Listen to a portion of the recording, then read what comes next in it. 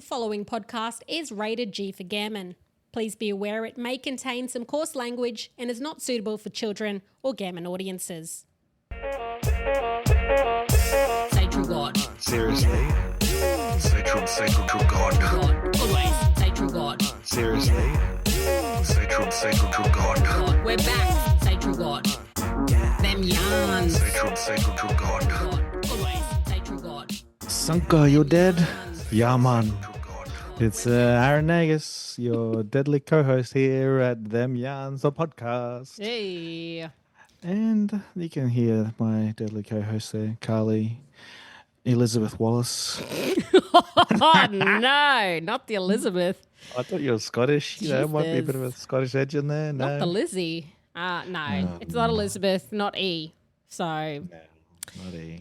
and if you didn't No, understand E, Aaron's reference at the start, then you're way too young for us. Yeah, bro, way too young. Sanka. I'm only doing 90s and 2000 classics. I don't really know any other movie lines from other generations. Other eras.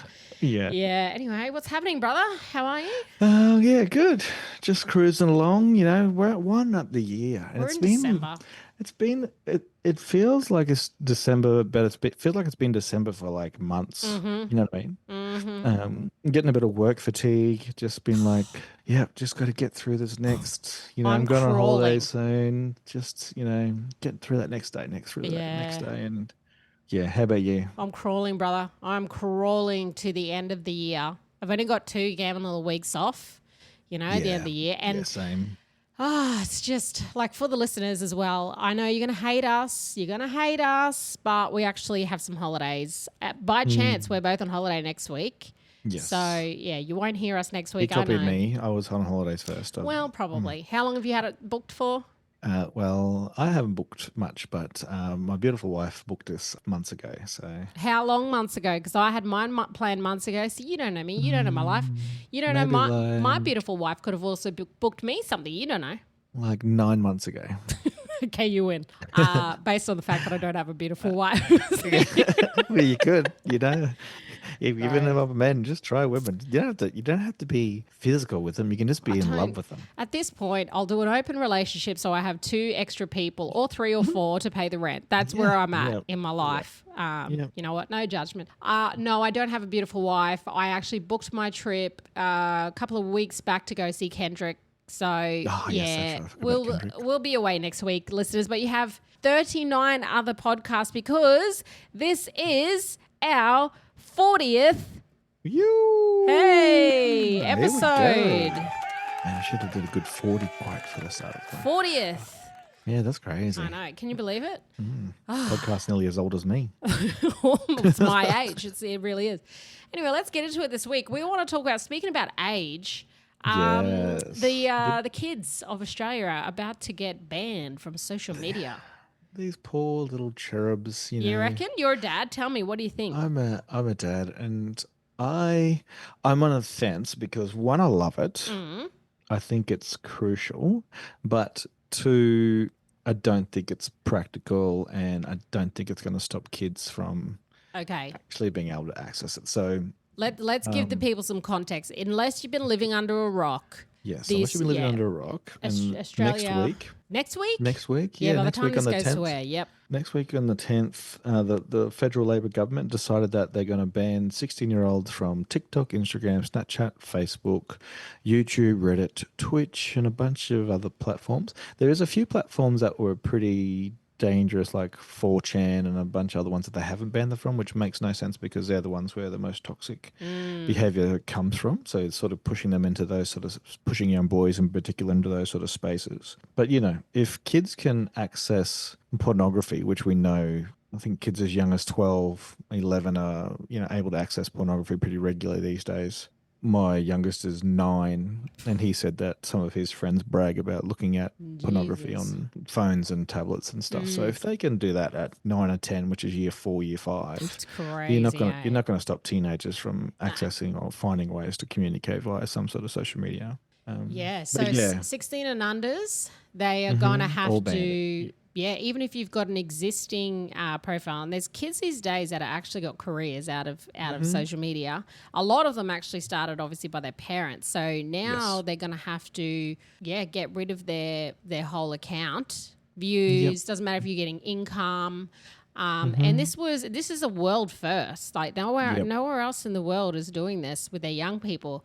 I find I'm on the fence of it as well because one, as someone who has been a social media influencer while it was rising once upon a time, I know the toxicity that a large online audience can bring. But as an adult dealing with that, though, I can't imagine what it's like for young people to have a presence online in any sense, right? Going to high school, going to primary school, and the chances of bullying that happens with that. Also, the outside influence of predators that can infiltrate those spaces, which have and often do, and hence why the ban is happening, because they want to keep kids safe online. It's a hard one because, like you and I, when we were at school, we didn't have this type of stuff. So when we left school, we left school. And if you were dealing with drama that day, you didn't have to take it home and have it in your bedroom on your phone, constantly peppering you. And I've seen 24 hours a day. 24 hours a day. 7 days a week. Kids aren't getting sleep. They're not getting study. They're doing the other things. On the flip side of that this is the world that they live in. Technology. Our generation and older has created that, and now we're about to take it away from them because we're like, sorry about that, a little bit too unsafe for you. I don't know. I think kids in this day and age, especially with AI, I think within a week we'll see kids getting around that. They're going to find loopholes. I think that's my issue with it. Not that I don't think it needs, because I've seen friends of ours, their children have been like relentlessly bullied on Snapchat, and so my kids don't have social media. The 16-year-old has Instagram now, but we're like, no social media, none of that sort of stuff. Whereas other parents are like, yep, fine, like let them go. Some of my 13-year-old friends, they have their TikTok accounts, and they all, a bunch of them have Snapchat, etc. And I know that probably kills my kids to miss out on that. But then I see the fights and the horrible, we have kids that have committed suicide because of online bullying. And you're like, there has to be some sort of compromise. So, I think it's just going to be really hard for them to actually regulate it. But also, there's the other side of the thing, which is, then does that mean we have to, as adults now, that's the question, give our ID? Like, am I going to have to give the government ID for all think about all the accounts you have? Like, now they're just tracking your space through everything, which is, pretty scary. It is. The data collection alone of your own personal details, your photo, your ID, some of these social media platforms are also going to be doing face recognition for young people. Like, that is freaky that they're going to be face recognition. I know it already happens, but now it's going to be actually like documented somewhere and tracked. I don't know what the answer is, because yes, I think kids will get around it. I think why this has happened is that, like you said, your kids don't have it, right? And that's a choice that you and your wife have made. When I was raising my brother, after our mum had passed away, he was 13 and I was around 25, and he was begging me for social media, begging me. And I was like, absolutely not, bro. Like, no. And I said to him, you can have social media when you're at least 16 onwards. And he's like, what? That's not fair. Everyone's got phones. Everyone's got Snapchat. It's just, everyone's got, well, I don't even know if Snapchat existed then, but he was like, everyone's got Facebook. Everyone's got whatever. I said, no, I know what I know the drama that thing can bring, and I will not have you having any part of that world while you don't understand it, and it be in my house that I then have to regulate on top of my own social media, which is, for the average person, social media is heavy, let alone young kids who at the time as well, like Facebook, you could add anyone. My brother actually went around my back. This is how cheeky kids are. Okay. So I said no originally. And about 6 months later, he must have thought that I forgot, or like I wouldn't know, right? Mind you, I'm tech savvy, like more average than the average person with that stuff. Anyway, he started a Facebook page, and this was around the time where Facebook used to snitch on people when they'd created a new. Remember that when Facebook would go, "There's a new profile, and you may know them," and it was literally my brother. I was like, "Oh hell no!" And so it had like all these people adding him, and I was like, "Mm-mm." I was like, "Who do you think you are, mate?" I said, "Right, go into it." This is me now, 26-year-old. I've been guardian for literally like half a year. I'm like, "Give me your phone, go in it, log in." I made him log in, and then I changed the password and then logged back out. I said, "You're not getting it. That's it. It's done." And then he was grounded. I'm like, "You don't get social media." Yeah. Yeah, we had a little incident here. The rebellious child decided that she would start her own YouTube channel. Oh, my God. Wanted to be an influencer on YouTube. And I found it and I was like, "What is this?" And so she got busted and lost screen privileges and a whole bunch of other things for a while. So that's one of the other reasons why they're banned, because one of them already tried it on when she was younger, and I was like, no. So we have access to their phones, and like, you can have it when you're ready, but you're not ready. And I think the other thing to think about, and the reason why we shouldn't allow kids on social media, is the algorithm is so toxic that, when we look at the studies of young boys, and it takes, I can't remember what the thing was, but it was crazy how quickly, when the algorithm realized that they were young boys, not even young men, like young boys, young teenagers, how quickly they were given far-right men's rights activist material. So how quickly Andrew Tate and all these other bad word people appeared on their feed. Yeah. And so normalized normalized it for so long. And that's why, you have all these young men that are supporting people like Trump and becoming, Australian nationalists and stuff, because the algorithm trained them early that this was normal. They had to be this toxic, shell of a person to be a real man. Like, you couldn't have feelings, women couldn't be treated with respect. Women had to be virgins and own pubs before they were worthy of a high value male, like these gammon dogs thought they were. And so that's the other thing, is like, algorithms mess up full grown adults. Yeah. When their brains aren't even formed yet, there's no way they're ready to handle it. We're not ready. We're not ready to handle it. We don't handle it. You can see in adults today, they're not ready to handle it. So there's no way kids can. No, and this is why it's called an influencing platform, because it can influence the masses, and the algorithms now are playing up so hard. Like, you could even just have on your YouTube as a parent, and if you don't have your age restrictions or whatever on there, and if an ad comes up, that algorithm will kick off. It can kick off pornography if mum or dad or whoever is watching that as an adult, and then the kid is watching, Bluey innocently or whatever, and all of these algorithms that keep going on. So I think that's the problem, right, is that social media has happened in our generation. We've kind of, like, most people in our age either use it or they don't, and then they've gone on to kind of forget about it, and then their kids have it, and they're like, "Oh, well, we survived it, so our kids will be fine."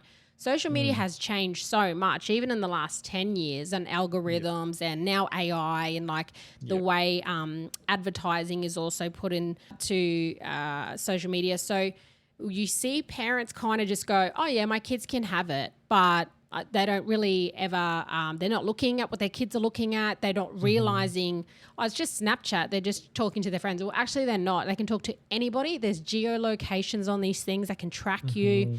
Kids are often putting it public so they can get more friends, not realizing there's actual predators on there. And this has happened to a lot of my friends and their daughters, especially, that they'll have like a teenage who they think is a teenage boy or whoever, Snapchatting them. It's not. It's a grown man somewhere that is posing as that on an app that disappears. Messages disappear. So parents aren't educated enough on what these apps all do. So they might know Facebook or they might know TikTok, but they don't know the actual workings of it. They're not checking it. They're not understanding the different apps like Snapchat and what it can do. And like you said, like, kids they don't know. They can't process that, especially our kids, when there's also the levels of racism that we see. And no education around not engaging, and then the damage that can cause mentally. So it is a massive thing, right? Like, it is, like, I get it. But at the same time, is the onus then back on the parents to actually educate themselves on social media, and then how to educate their kids in using it safely? Yeah, and I think it's a combination of both. But Unfortunately for us, like you said, parents are just like, yeah, everybody else is doing it, why not? And so, you're getting all these poor young people who are, in some instances getting caught. We've had two instances where people have been done for child pornography distribution because, they're sharing their, their private parts on Snapchat and then screenshotting that, then sharing with their friends. And, then next minute they're down the police station saying, like, you're distributing child porn. Like, this is not okay. They're underage. But for them, it's not underage because they're all the same thing. But they're using a phone to do it, so it's automatically illegal. So I think the last thing to think about is how toxic fitness influencers and stuff are. All the models and stuff. Like, look how big my susu is and how skinny my waist is. You too could look like this. When there's a lot of genetics at play that people just aren't going to be able to beat. Genetics and filters. And filters, and so, like I said, if adults' brains can't handle it, and we have adults having eating disorders because of what they see on social media, it's going to be even worse for young people, and we see that now with like the rise in young men with eating disorders because they're so hard trying to be this gammon, whatever they think an alpha male is. The body dysmorphia in young men is like, it's next level. And grown men, like so many grown men who have because of the Instagram and the TikToks and everything else that influence a lifestyle. Gym boys are like and girls are just so big, and it can get to you, the self-esteem of a young teenager looking at that stuff. And it doesn't take much. You literally just hashtag, like even the Charlie Kirk stuff, like children would have seen that. You know what I mean? Like that stuff they would have seen him get shot. Yeah, it's just sure. So I think the ban is like, in a way it's good. I just don't know how they're going to police it. I think parents what I can see will happen is parents will start channels for their kids. They'll give them their IDs. They'll do what they have to do because kids will be like begging them. And, parents after a while are like, just go and do it. Like, here's the thing, get away. You can imagine that happening. Oh, definitely. And I think that's the one thing that I'm glad I'm a hard head for because, like, I see so many times where parents have, just given in, and then there's been like a really negative result, and like, if only we had just not done that.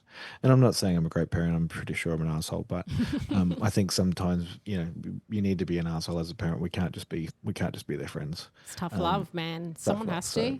That's what I have to do. But yeah, so the law only really requires them to take reasonable steps. So, they could justify it anyway by saying, like we said, we blocked anybody that said they're underage, we've blocked them and they can't use their account anymore. And now we're saying if you want an account, then you have to, have ID to do that. But you're right. Kids are just gonna, I'm pretty sure when Snapchat first came out, you had to put your age in it, and people just putting like 99. Yeah, even Facebook. We all faked our ages. Like, can we just go back to like when it all kind of popped off, social media? Like, you and I did not grow up with social media. No. The closest thing that we had, which was the end of kind of the 1990s, 2000s, was MSN. That was was one of the first ones. That was this. If you had a computer at home, if you had the internet, and you're allowed on the internet, and you were allowed on there because otherwise your mum was on the phone and you couldn't use the internet and the phone at the same time. And yes, they were connected. That's how old Aaron and I are. Okay, and you would hear. You need your phone's about to ring. You're like, I'm going to get kicked off the internet. Who's calling me? That's all I would hear. Someone's calling my phone. Get off the internet. And then it would come through your computer speakers. Oh, busted every time. Yeah. And it was so addictive. I remember, everyone remembers MSN. By the way, can we bring back MSN? Can we cancel everything else? Bring back MSN. I'll be happy with that. It was deadly. You had your little profile pic, your little bubble to see if you're online or not. You could gammon hide offline. You could hide offline. You could nudge people when they weren't chatting back. Yeah. It toxic. Was everybody looked the same. We were all in that same shape. Everyone had the same shape, same color. If you don't know what MSN is, didn't they bring in like red or something? If you're that was just a red circle. So the evolution of it, we've seen it all, and I fully embraced it. I never had the internet. I had to use it at my mum's, and it came in kind of as I was about 16, 17, and everyone else had it. It was one of those things that everyone else had it, and I didn't have it because we didn't have the internet, and my mum didn't get a computer till I was, I think, like 17, 18. So I was out of school when she got a computer. How convenient. Could have used that when I was at school, by the way, but that's fine. School, exactly right, yeah. She gets a computer. So every time I'd go home on uni holidays, I'd put the MSN, you know. And back then as well, I don't know if you know, there were chat rooms. So not just on MSN. I mean, wild ass in the actual, like, in the wilderness of the internet. No idea who you were talking to. It was no idea. There were these like chat rooms that you could sign up for, and I'm talking I'm 17, 18, and everyone I knew did it, right? And you would sign up to the chat room, and this is like, kids are going to be, if any kids listen to this, which is like very rare, but anyone that's listening is going to be like, oh, so what, Mum, you're allowed to be on a chat room, but I'm not allowed to be on Snapchat. It's going to be that chat, right? But here's why. Those chat rooms are wild, bro. I look back and I go, I shouldn't have been on those. Nope. No, I definitely think about what was the username, Aaron? Come on. What was your username? Come on. I know you had a username. I don't think I had a very good imagination. Do you want to know what mine was? What? Brown sugar with 2 A's on the end. See how she goes. Brown sugar at 17. I know. Get somebody arrested. I was not even brown. I was caramel. Oh, anyway, I know. I was about to get someone arrested. I think mine's been as an Agus since I can remember. Like I didn't have, like I've just used that the whole time. There's my Hotmail, as my first Hotmail. I was about to say, we all had Hotmail. Mid-90s, I started a Hotmail account, and I still have that same one. And just been as an Agus and everything since then. So then the evolution, what was after MSN and the chat rooms, while that was going on, what came next? Let's see if you remember how good your memory was. I think it was Bebo and Hey, another one. Don't move on that fast, okay? No, I'm just saying there's Bebo and there's another like MySpace. No, MySpace didn't come till a bit after. Bebo was first, but there's Bebo and something else. Right. But Bebo ended up winning. Like they both got released at the same time. Oh, yes. There was the one that, wasn't it like another, not Tom, because Tom was MySpace, but there was another one that was AWOL or A something. There was something like that, yeah. Yeah. That's right. Bebo. Now, for Bebo. those. Oh, my goodness. Those back in the day. We need some like R&B, just Google Bebo. If you don't know what we're talking about, Google Bebo. What did Bebo look like? And you will be like, bruh, what are people doing? Oh my God. Describe it. Describe Bebo for the people who had no idea what Bebo is. Describe it. Okay, if you didn't know what Bebo was, like it was kind of like a Facebook. It was your very first type of Facebook. This is before Facebook came out, and you had like your cover photo, which back then you could make your own. They were called Bebo skins, and you could get your own. And there were people that used to make them, and then you could, if you go into one skin and then you found a skin maker, you could find like all their designs. And every week it was about who had the best skin. And then you'd have your profile photo, and then you had likes. You had 3 love hearts, and you were able to give 3 love hearts away every day. And I swear to mums, if you didn't give me the love heart and we promised that love heart to each other, it's the end of the friendship. It's the end of the Bebo relationship. Yeah, I'm looking at it now, and it's wild. It's like, you had your little profile picture, and then you had your friends, you had your bands that you liked. Bands, that's right. I like, what music do you like? What films do you like? What drinks? What are you scared of? What's your happiest when? Blah, blah, blah. And, gender, all that sort of stuff. I know it's a blog. And you could design it however you kind of wanted it to look. But it was also one of those things where you could have it publicly or you could have it private. And that is literally how a lot of us met. I met a lot of people on Bebo. And then became friends with them in real life. And then we had, around the same time as this was happening, then you had MySpace.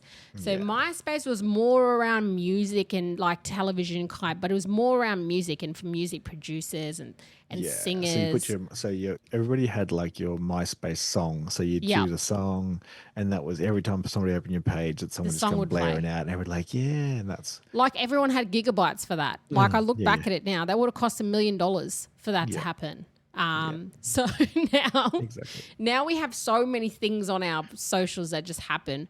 Back in the day, if you added all of these extra multimedia things to your page, you're about to give your computer like some sort of disease. You know what's embarrassing? I couldn't even work out how to do it. So I had my little friend she's the niece of wifey. I said, here's my password. Can you do this for me? So she would literally go on her computer and I'd be like, I need this song. This is the thing. She's like, oh yeah, I found you a cool skin. I'm like, yeah, okay, deadly. And like she just set up everything for it. So I knew how to use it, but I'm like, I don't know how to change it. So she'd be like, oh, yeah. So she had my password. How for did like she do it? 4 What was the years. sound? That's how she's pressing the thing keyboard real quick. But yeah, so she she set it all up for me. She's like, oh yeah, la la la. I was like, here's the picture I want. Here's the thing I want. She's like, yep, okay, yeah, I could do that. And then she would just put it through. I was like, yeah, I don't know why I couldn't use it, but for some reason MySpace, I was like, this is just too crazy. So I admined that out. Yeah, I was big into the MySpace. Because I was in radio at the time, MySpace was like huge. It was the way that you could connect with musicians. You could connect with, like, I used to get a lot of CDs sent to me back in the day. They'd send them in the post that I would play on radio for them. It was just like a new way of like connecting with people. And yeah, you'd have your little MySpace song. You'd have your top friends. If you weren't in the top friends, you ain't shit. Was it top 8? Yeah, it was something like, it was like your literal top 8. You could make it top 5, top 8, or top 10, I think it was. And it was, yeah. So that was the deal. I had to have her and my top 8 friends or top 10 friends. And then, I could pick anybody else, or she would pick anybody else. I'm like, all right, here, have these people in there. So it was wild. It was wild times when I think about how much work went into those things. And then good old Facebook come along, and Facebook was like, you're not changing nothing. Here's what it is. Just put your photos and put your things on there. It was so boring, Facebook, compared to Bebo, compared to Facebook, to MySpace. Those channels were so colourful, so fun. It was interactive.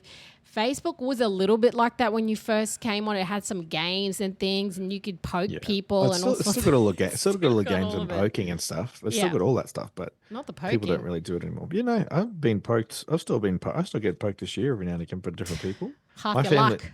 My cousins and that. Some of them will poke me every now and again just to be simple. Jeez. Yeah. Wow. So, but I think that's what made it take off, was because it's so easy to use, and people were like, I'm just going to write what I'm feeling, and I still remember, shout out Joel Carlu. I don't know if he listens to the podcast, but he was the master of using song lyrics as statuses. Me too. I was guilty of that, 100%.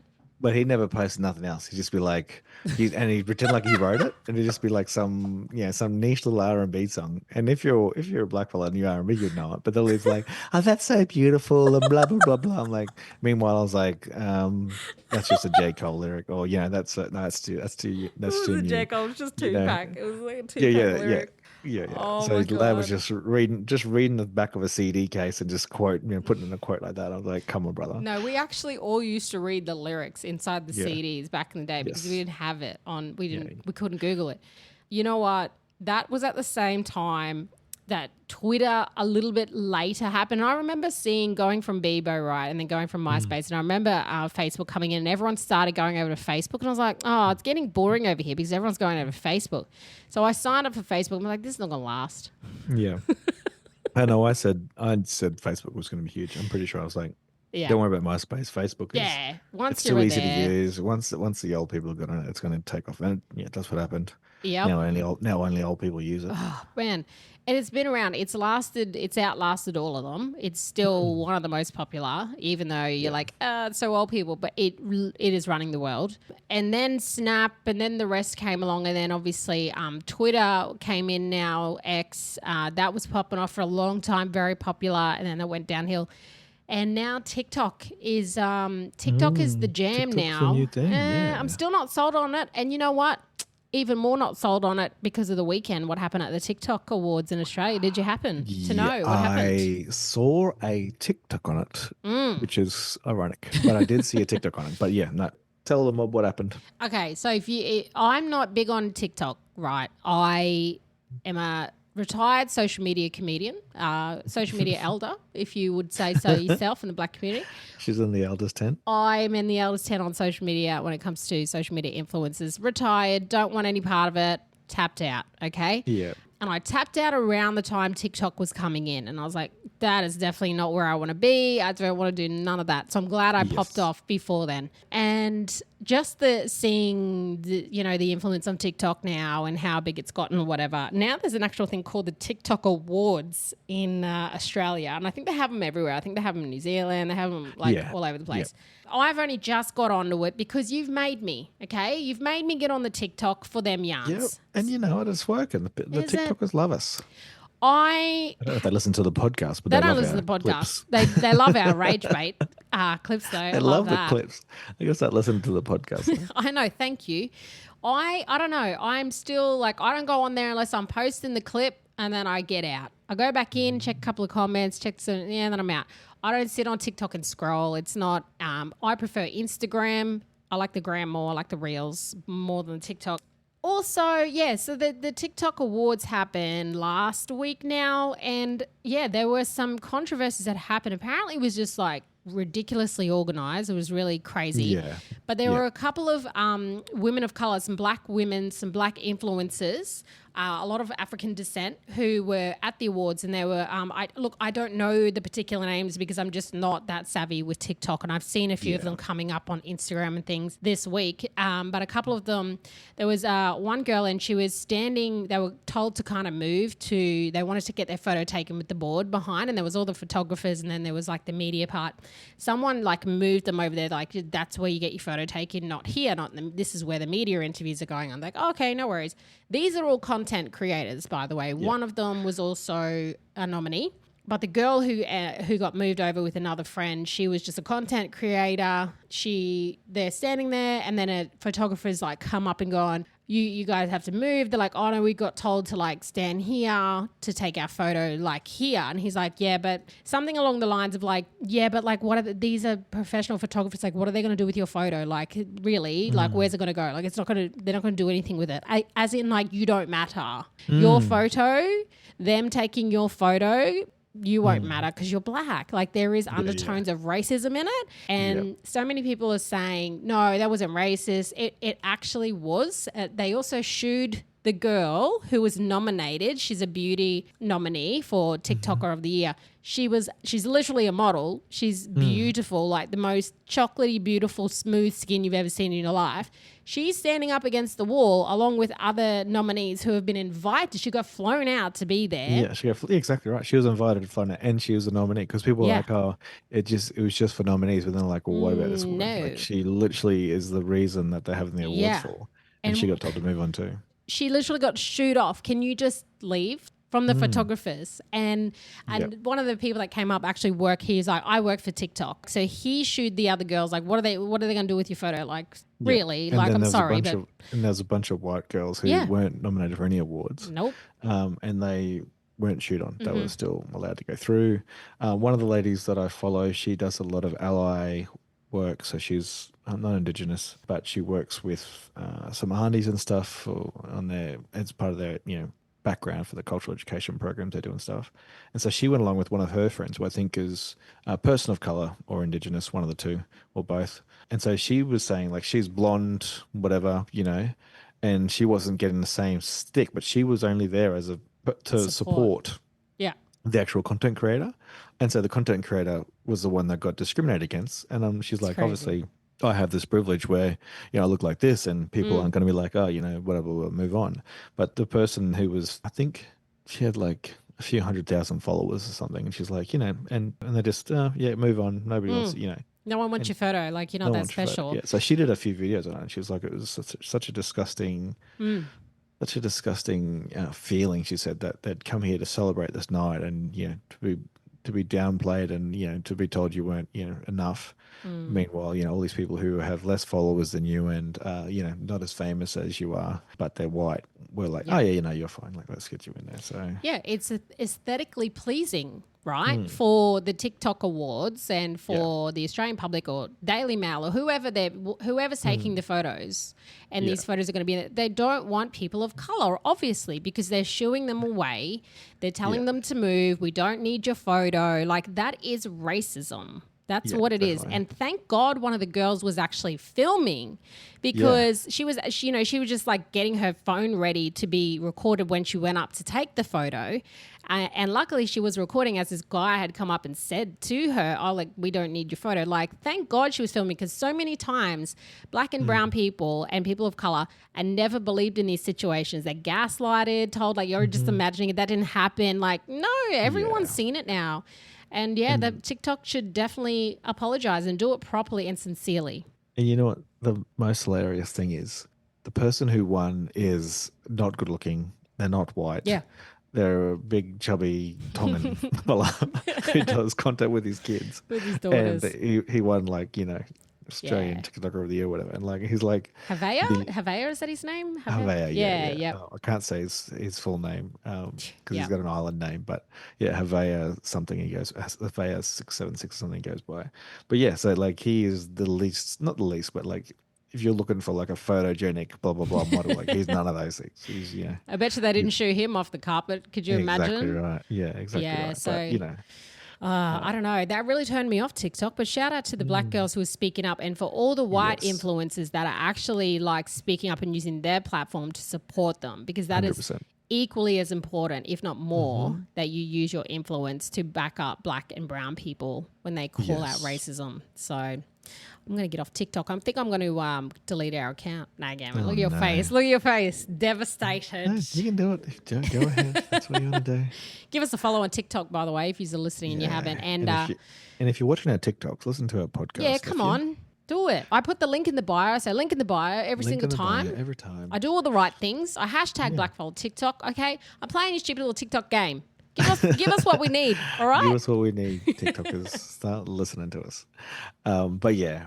So it's been a really interesting evolution of social media, I think, from the written form. You had a blog, didn't you? You wrote a blog. Oh my God, yes! So I forgot about blogs. I had a blog. I've done most things on social media. Doesn't surprise me. Good ways. So that sounded bad. Wait, let me take it back. I don't have an only. No, actually, she had the wait a minute.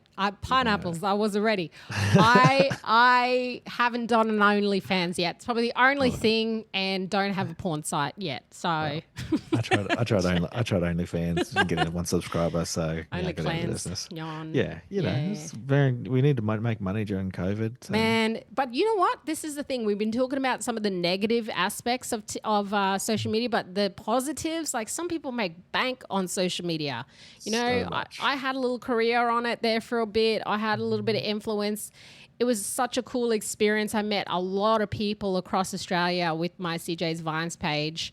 People still pull me up on the street and talk to me, like they know me. They still know me. They're like, you got your dog still? Have you got this? You still live here? Like it is a place where if you are real and authentic, people will gravitate towards you.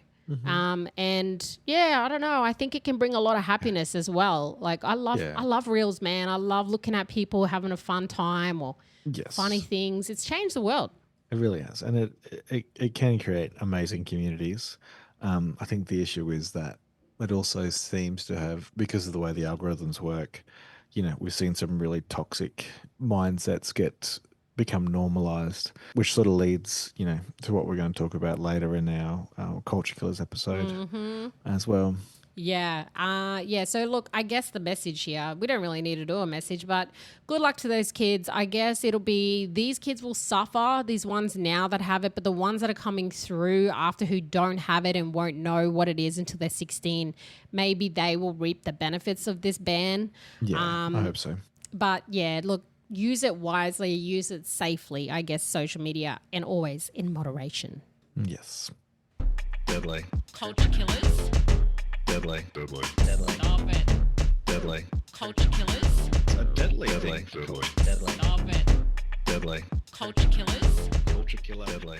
Culture Killers. We're going to continue from the convo we just had.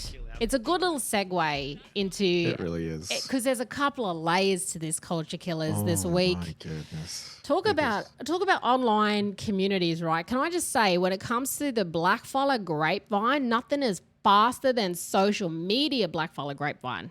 It used to be on the phones, on the calls and the aunties, and you'd hear one yarn, next minute to be at your auntie's house, the next 5 minutes, next minute's across town. social media now, you find out everything on Blackfella Grapevine like that.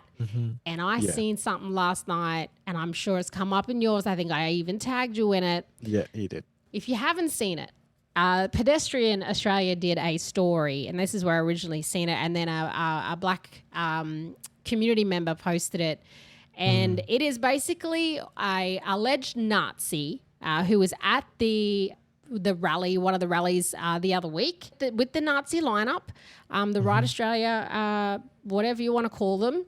National Socialist Network. National Socialist Network. Nazi sounds about right. And he has been identified along with a few others, which happens when you're a far-right group. You get spotted by police and government. And he has been caught and allegedly apparently stood down from work pending investigation into him attending this rally, and you know, if he's allowed to do that from his workplace, that's separate. But what's happened on social media overnight is a blackfella has actually gone, he has played in the Corey knockouts, and he has the biggest tattoo on his back, Wiradjuri. So he is apparently a blackfella, and he's lined up in a Nazi line. Wait a minute. It's like Corey's just want you to talk about them on this podcast. Like I don't know what it is. This is what I'm saying. It's like they're just try to be lining nice. up. Like she's trying. I'm trying to support you, mob, but then one of yours. You aren't helping yourselves. One of yours goes and allegedly marches in his little HH outfits, you know, with all the black on and the glasses, as if that's going to hide who he is, and yeah, it must be the most confused Australian in. I mean, maybe not the confused. I know there's a few. No, confused is about right. Asian people who love pulling hands and stuff like that. So there's a few people who are confused. But if you're an proud Aboriginal man, enough to get Wiradjuri tattoo, and I mean it's a big tattoo across his back. Yeah, a back. Yeah. And so if you're a proud enough Aboriginal man to get this, you know, spend thousands of dollars to get this deadly tattoo on you, and then you're going to march with allegedly Nazis, I really, like, where's your family? Can I just say this, all right? And I've been dying to say it on the podcast. Yeah. Wiradjuri mob, come and get your mob, okay? Come and get him. Come and get him. Someone come and get their cousin. Come on. He's got to be, imagine how many cousins he's got. He's Wiradjuri, one of the biggest mobs in Australia. Apparently. Bro, come on. So old photos have surfaced of this lad lined up, Aboriginal Corey knockout jersey. He's standing up. He's played knockouts. He's got Wiradjuri. I hope to God, okay, I hope to whoever's in the atmosphere that he has not got an identified job, because if he does and he's then lined up at a Nazi rally on the weekend, brother, like, you better skip countries is all I'm going to say. Like, I don't know. That's not a good look for you. And Wiradjuri might be, come and get your mob. Come and get them.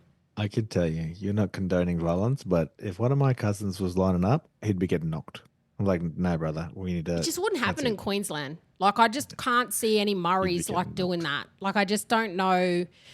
And I have been trying to be nice, okay, to Corey's. I know it doesn't seem like it. I don't know if she has, but this is for one time you don't have to worry about it, because what the... I really try, but you aren't helping yourselves, okay? You're just handing me these things on a silver platter, okay? Like, yeah, it's given confusion. It's giving identity issues. You know, identity issues. And, you know, it's already hard enough to be a light-skinned black fella. Right? Like, you know, we hear that, you know, I'm not white enough for them and I'm not black enough for them, but I don't think that means you need to join the Nazis. You know, like, oh my God. You can be against the original immigrants and get them out of the country, but like now why you want to join the white people and try to kick out the other non-white people? Like, you know, I mean, that's what's wild to me when we talk about all this stuff is when they say they don't like immigrants, it's just they don't like brown people. And this lad has how many family that's brown? And yes, we're from here, but you're still fighting with the oppressor against the oppressed, but you're the oppressed. Like, your mob is the oppressed. I'm going to play devil's advocate, all right? Here's the devil's advocate. What if, brother... This is going to flip the identity on its head. Yeah. What if brother's grown up thinking he's black and then he found out he's 5% white and he went with the 5%? You know what I mean? What is happening right now? No, I don't care what your identity is. If you've got Wiradjuri Come on. tattooed on your body, Can he not you're identify as white? Aaron is what I'm asking. I'm telling you, if you have your tribe on your back, you've already identified who you are. You don't get to then join the oppressor. Like that's You you know can what? say, "Oh, I have English descent. I No. am Aboriginal and English and Scottish and You blah know blah what blah." it is? blah. You know what the problem is in this community though? It's the 5% of white fellas in our community that are the problem. Oh, It's just ridiculous. I can't. You have to laugh at it, otherwise you it's have like to you can't because quite like wrap your head around what's happening here. the mental gymnastics it takes to be Yeah. like, I'm gonna go dressed up in all black and stand with these Yeah. oppressors that think they own the country. Like, brother, it's our country. It always was and always will be Aboriginal land, and you're standing with the ones that were trying to kick us off our own country. But they don't care about Aboriginal fellas. They're not here like, white Australia, we're going to support Aboriginal people. They're there for the Anglo, and they say it. Like one of the lads was in an tried to go to one of those marches on the weekend, and good on these people, even though they're mostly ignorant. They're like, no, we don't want you here. Like we don't want this. He's like, I'm an Australian nationalist. I'm not a Nazi. And I'm almost like, you're a Nazi, mate. Like you're wearing That's what it the is. brand, the sports brand they wear now has HH. Yeah, what's And that so they're about? not- What's it for? What's Hail HA? Hitler is the Oh, okay, of course it is. Yeah, that's right. the whatever. But it's the brand is HH, which is already problematic. Surely you would have saw that. But now they're all wearing it like it's just a sports brand. Like don't read too far into it. That's And I'm like, crazy. bro, like they're here. He literally says we're here for the Anglo-Saxon English-speaking Aussies. That's who the Anzacs fought for. Like they've really just twisted the whole brain around. They're like, they weren't fighting Nazis. They're fighting for a white Australia. Meanwhile, how many people of color were in the Australian army? Like it wasn't just these people are so No. dumb. They don't realize just because we've got only pictures of white Australian soldiers, they think it was just white It's just Australians who white. fought in World War One, World War Two. No, there was Muslims, there were Aboriginal people, there were Maori people, like African people of African Australian descent. Like this, every culture was in the world wars, fighting under different countries. It wasn't just white people that spoke English fighting for Australia. Like that's just what they show you in the propaganda. But How do people get so lost down that rabbit hole? Let alone someone who has Wiradjuri it plays in a knockout. Like it's not like tattoo. he's like, no, in saying that, anyone can have a run for the knockout. That's a whole nother episode, all right? Don't let me get into it, Aaron. Don't let me get into it. You're still there. Like there's that many blackfellas around. You can't go to the knockout and not see 100,000 blackfellas. Yeah, but there's a lot You that can- gammon sign up and say that they're blackfellas so they can have a run when they're not. And a lot of people are signing papers saying that they are. Not okay. Yeah, I'm not saying that makes them black. I'm saying they go to a community event that is clearly a blackfella event. Like there's Oh, blackfellas, there's 100%. Aboriginal flags everywhere. There's some Torres Strait Islander flags here and there. Yep. Like there's blackfellas It's a black painted up event. like they're trying to make it the modern day Quarberry. So you can't go to that and not know you're at a black event and not know what you're there for. Exactly. So Whether then he's how- actually Aboriginal or not. That's the thing, right? No one's claiming him yet, so I don't know if he is. But how do you get Wiradjuri? You wouldn't just get Wiradjuri tattooed if you didn't think at some point you're some type of black, right? Now I've met a lot of them that are lost along their way down that way who use the same tribe, same clan. Now that's no shade to you, mob, but it happens, and I used to date a Wiradjuri fella, so I know for damn sure it happens.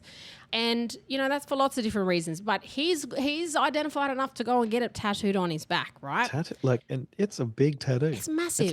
It's shoulder to shoulder. Shoulder to shoulder. We're not talking like a little gammon butterfly on one shoulder. Like it's Yeah. shoulder to shoulder.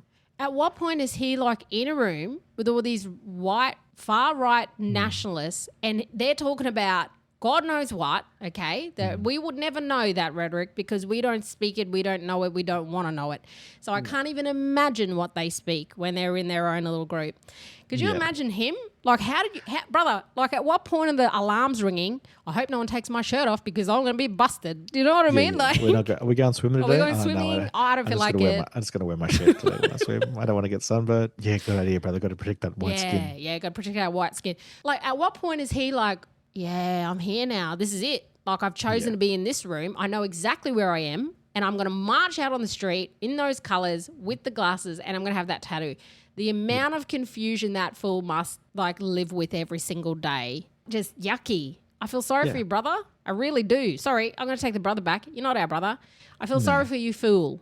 You're not a part of our Yes. community. You never will be. You want to know over there and you did that. Whoever let you walk into that group, shame on you too. Yeah. And I think that sort of reflects on what we were talking about, right, with the algorithm and, how there's this influence out there that sort of drags and normalizes these extreme points of view and, to the point where now people of color and, people of First Nations people are like, you know what, maybe they've got a point.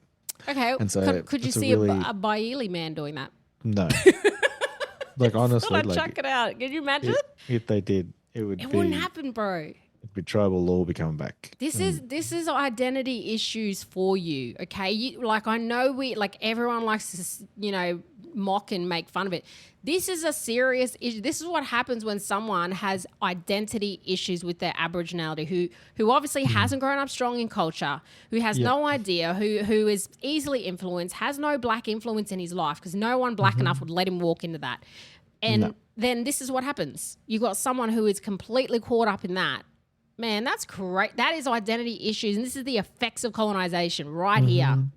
Perfect example of colonization. Perfect example. Yeah, you just can have in white people, seriously. You don't get much more colonized than joining a National Socialist Party and not knowing that you're a Nazi who's against your own people. You cannot play ignorant. You can't at some point, this fella, go, I didn't know where I was. I didn't know that's what. Nah, man, that is the most identifiable group right now in Australia. You cannot plead ignorant. So when it all comes out, you better go to the tattoo removalists. You better scrub it off your back. That's not even my tribe, but I'm offended for them.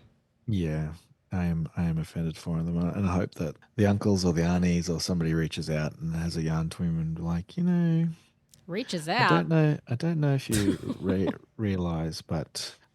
He realizes you might get speared. Like that's a modern day equivalent of what's going to happen to you. I feel sorry for the knockout team he played for. I found out the name. I'm not going to mention the name. Imagine how many photos they got with that lad. Like, oh yeah, team photos. Photos. So many team photos. Oh yeah, come here, brother. Come here for a photo day. Yeah, bro. Yeah, bro. Come over here. And I'm not going to mention the names of the team. Okay, I'm not going to mention the name because it's not the team's fault. I will say that team needs to go check him. You need to go do your paperwork better. You're his teammate. Go check that lad. 100%. If you were the one that signed that form for him to have a run, if he went and got his little health check and got the tick, you also need to go and get him. Whoever allowed that, probably in good faith. Yeah, nah. There's your boy right there. And I feel sorry for the team. It's not the team's fault. We could name them, but I won't. I'm sure everyone in the Blackfella Grapevine will find out, though. It's not their fault that one of their little crew got wayward to the light side. Can't really say the dark side because that sounds a bit more racist. The light side. I got taken to the very light side.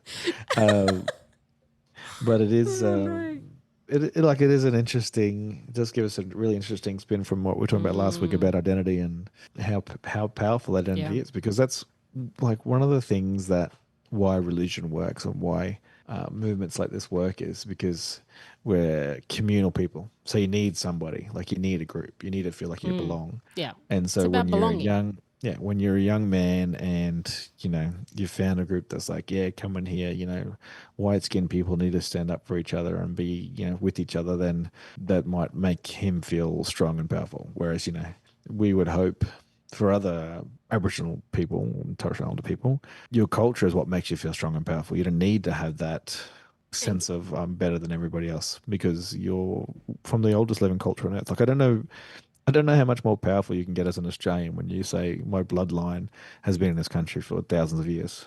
That's one of the most powerful things I can think of.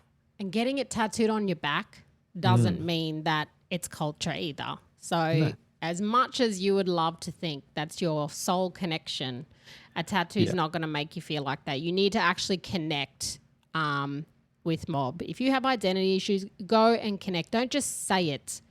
And then next minute you're in this group or that group and you're ending up in like crazy situations. Like this can be the result of something.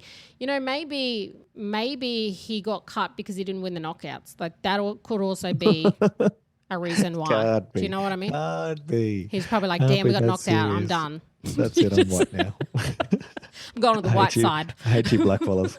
I'm now identifying as my 5% white. The white knockouts. Nah.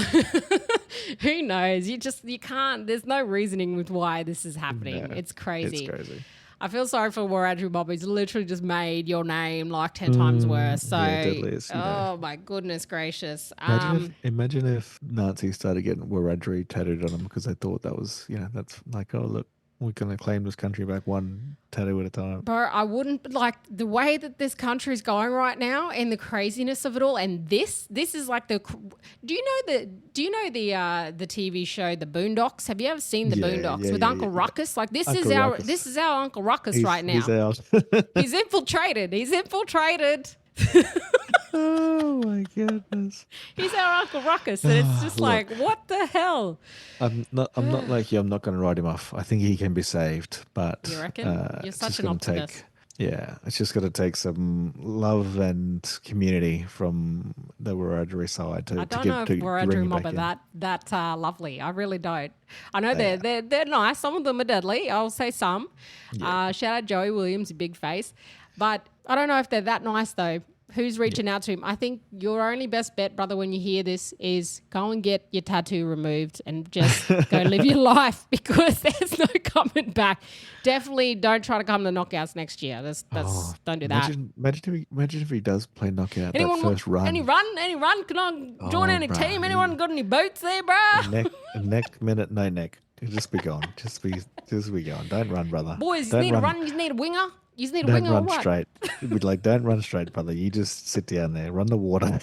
I got my fee price. I can run. I got boots. Anyone need a runner? Anyway, okay, I'll stop now. Poor fella. Anyway, that's enough. That's enough. I need to go and take a shower or something after seeing that this week. Yeah, that's super weird. Just a reminder, we're not going to be here next week, so don't cry for us.